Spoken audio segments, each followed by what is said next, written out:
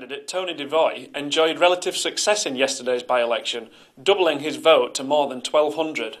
In a powerful speech afterwards, he let rip at what he called the local greed culture. There's a lot of unfairness in this town, and I was speaking up for a fairness agenda against the greed agenda that we have here. We've got a chief executive running about here on £160,000 a year, yet half of these counting staff and the people that were manning the polling stations are on the redundancy notices. We've got the acting returning officer on about £140,000 a year. He's got about an extra £5 for just being the acting returning officer tonight. That's more than what I get in a year on job seekers allowance.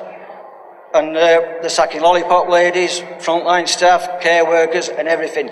Barnsley is not a very nice place to be if you're young, if you're old, if you're vulnerable and you're sick. And a lot of that's happened because of Labour.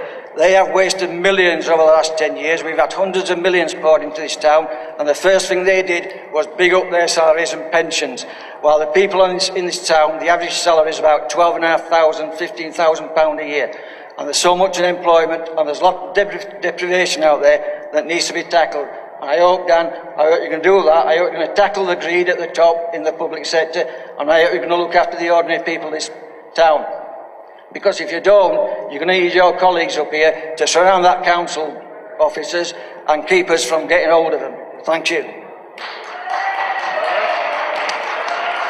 He may never be MP, but Tony Devoy's views seem to be resonating with an increasing number of the electorate. This is Adam Civico, Chronicle Online.